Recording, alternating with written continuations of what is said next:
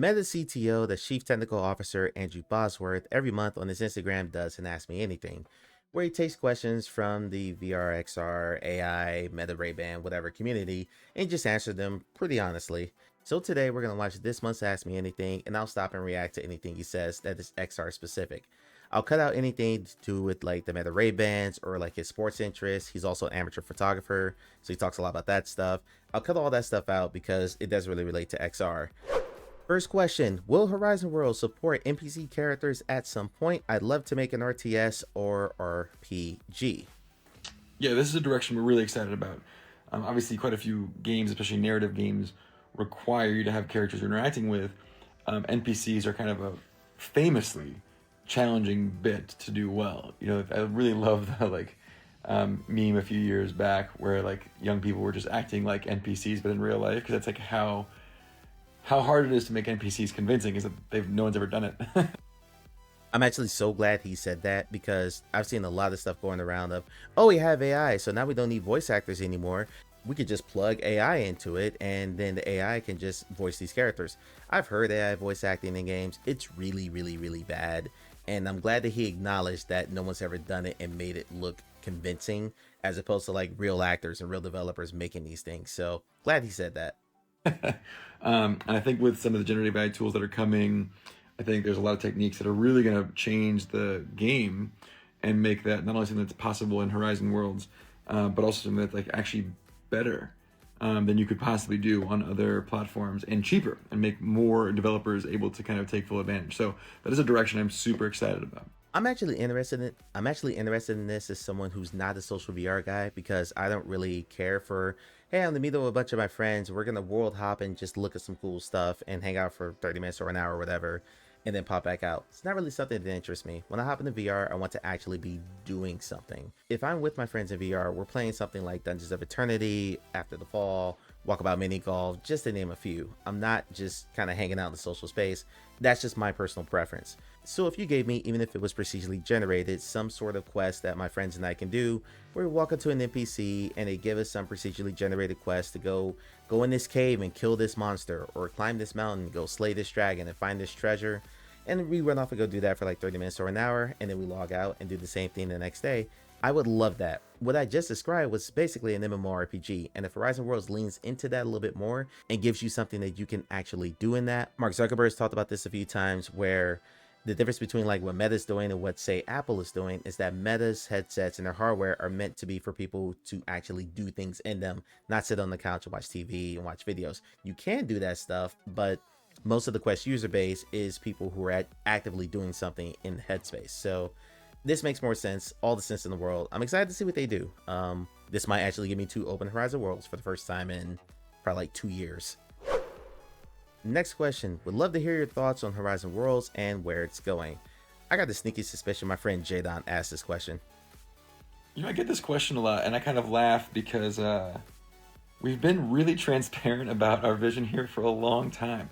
Actually, going back to a talk that Rachel Franklin gave at Connect, I know it was at F8, before I even joined this organization. You know, we really see the metaverse as social. I think we had to get a lot more pieces in place than we thought when we started, before we felt like we could do that. Those pieces are mostly in place now, so now I think it moves more rapidly. Still waiting on those codec avatars though, Meta. Still waiting on the codec avatars. But we want to integrate that social aspect to the very fabric of what the device is, to the kind of operating system layer, which has been nearly impossible to do on operating systems we don't control. Some will remember we did do this with Android for a while with our face bubbles, but at some point the Android system UI shut that opportunity off for us. And Google kind of took more control there. So we've wanted to do this for a long time. We think this is the chance to do it. I'm going to guess this happened around the time that Samsung and Google announced their partnership and that they were going to build their own headset. So Google probably maybe started pulling back some of their assets. That's, of course, in addition to the work that you already do see, which is taking Horizon Worlds to multiple platforms. It's never been about VR. The metaverse was never to be captured in mixed reality exclusively. That's going to piss a lot of people off, but I'll respond and explain why he's right in a minute. It can be experienced on any device. and people are already having very metaverse experiences in Fortnite, in Roblox, in all these other platforms. So, we really do think that the growth that we're seeing now, not just on our own platforms, but also on mobile, is very, very exciting. And so, I think it's one of those things where, because we started early, people were kind of tracking progress early on, and sometimes they've kind of lost track of it. But a lot of people are going to need to check their assumptions about Horizon Worlds. Just taking VR chat and Rec Room as an example, both of those are available on flat screen platforms. So you don't necessarily need a headset to be able to enter those worlds. And that opens up a massive, massive swath of users that would not be available to you if you were just limited to just XR headsets, more specifically just Quest headsets. Like, honestly, I think Horizon World should be on Steam too, personally, even PSVR 2, because there's no social interaction on the PlayStation ecosystem whatsoever. I don't think either one of those happens, but basically if you're limiting it to people who only have your device, you're limiting your user base. So this makes a lot of sense. One of the strengths of like Fortnite or Roblox is that you could play those on pretty much any platform known to man. They're available on most consoles, they're available on mobile, so you have literally hundreds of millions of possible users in that. Horizon Worlds doesn't have that yet, so that's something that needed to happen. It's a necessary move. So he's right. That's going to upset a lot of people who are like, you're not concentrating on VR. When it comes to Horizon World specifically, I'm perfectly okay with them casting as wide of a net as possible, because that can end up being a gateway drug to saying, hey, Horizon World is pretty cool on my phone, but I want to be able to move my hands and move my arms around and things like that. It'd be cooler if I had a VR headset and the experience is that much better. Let me go buy a headset. Next question, is the camera access API for Quest still on track for early this year? Excited for it. Clearly a developer asked this question. Yes, we're very excited about this. We've had some early access developers playing with it. We have noticed that we've our kind of announcements on this front have prompted some of our competitors to reevaluate their stances on the same thing. That's also progress, I think. I think he's talking about Apple there specifically. So I'm really excited for this. I think we're going to unlock a lot of capability in mixed reality with this functionality. So right now, developers only have access to like the space setup that you define within your Quest headset. Giving direct camera access and allowing developers to see, okay, well, maybe they didn't map that table, but there's absolutely a table there, or a chair there, or a window there, or God forbid, there are stairs there.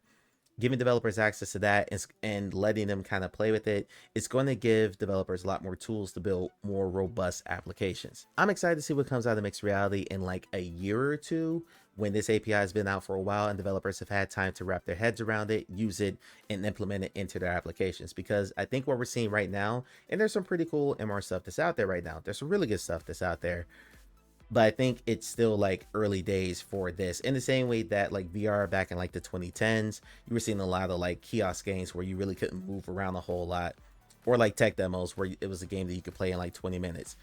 Mixed reality, I think, is at that point, and where it's going to be in like 3 to 5 years from now and where it is now, it's going to be night and day difference. The camera access API is going to help a lot with that.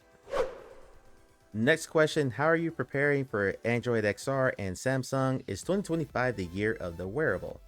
Not sure if I'm going to keep this one in, but let's see what he says. Yeah, people will remember this. I said this a lot when Apple Vision Pro first got announced.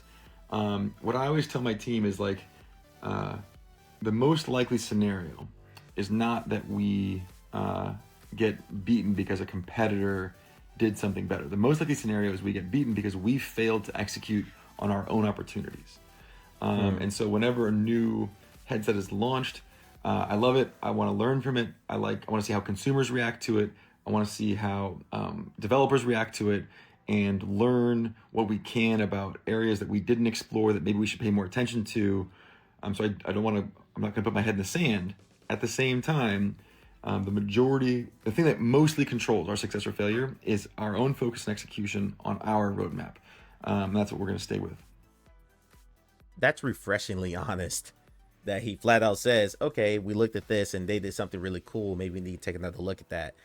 I've seen all these like clickbait articles about, oh, well, Horizon just copied what Apple Vision Pro did. Yes. And there's nothing wrong with that. If Apple had a really good feature or something that a lot of people found a lot of usage for, then absolutely it should carry over to what Samsung is doing and what Meta is doing, and not so much Sony, because PSVR 2 is pretty much still purely a gaming headset at this point. But the whole tech industry is a copycat industry. If one company is doing something really well and it's something that people found value in, then that you'd be a fool to not integrate it into yours. You'd be an absolute fool. So this is refreshingly honest. Well, we don't have any third-party content on AR glasses, so not sure I understand the question.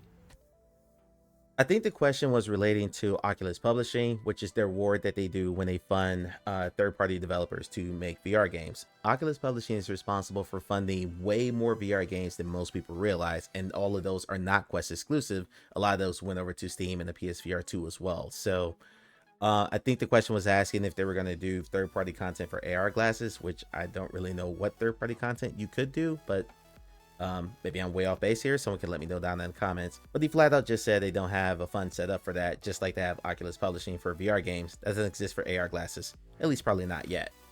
Next question. I'm pretty sure I already know who submitted this. Machete Coletti, who's a VR TikToker, has been crusading ever since the Scoreboards app came down. I've already done a couple of videos about why I think Meta's missing low-hanging fruit with achievements.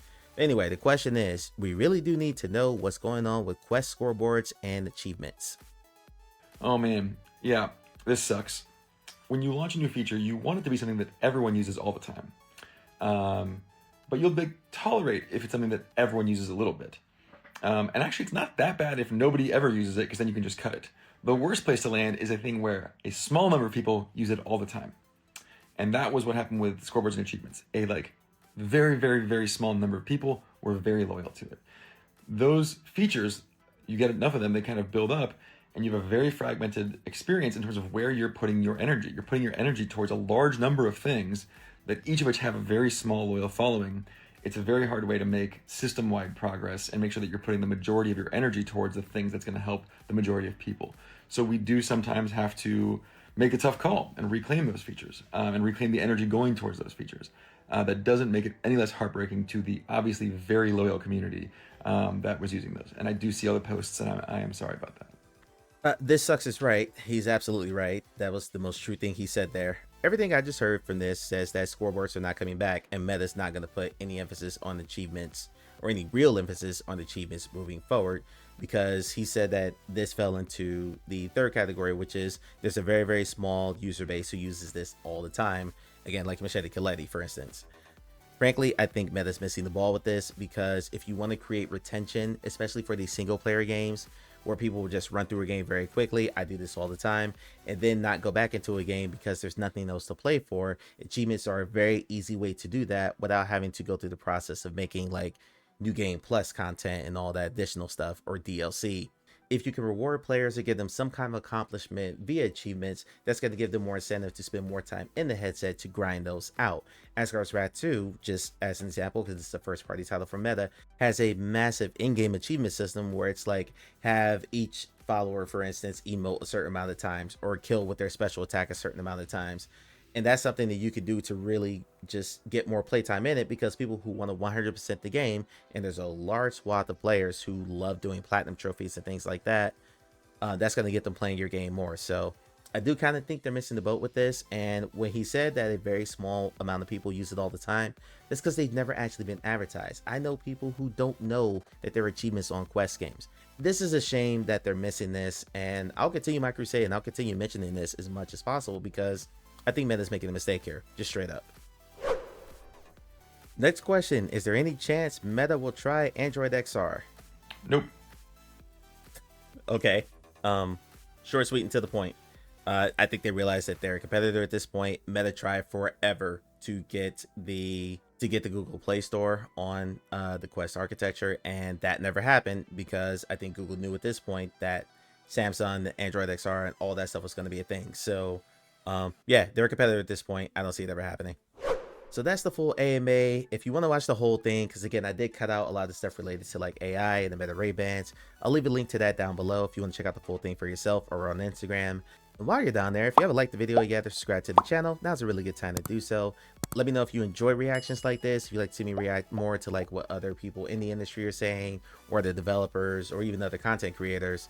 I love to do more of this content, but just let me know if you're interested in it. Thanks for watching. Catch you on the next one.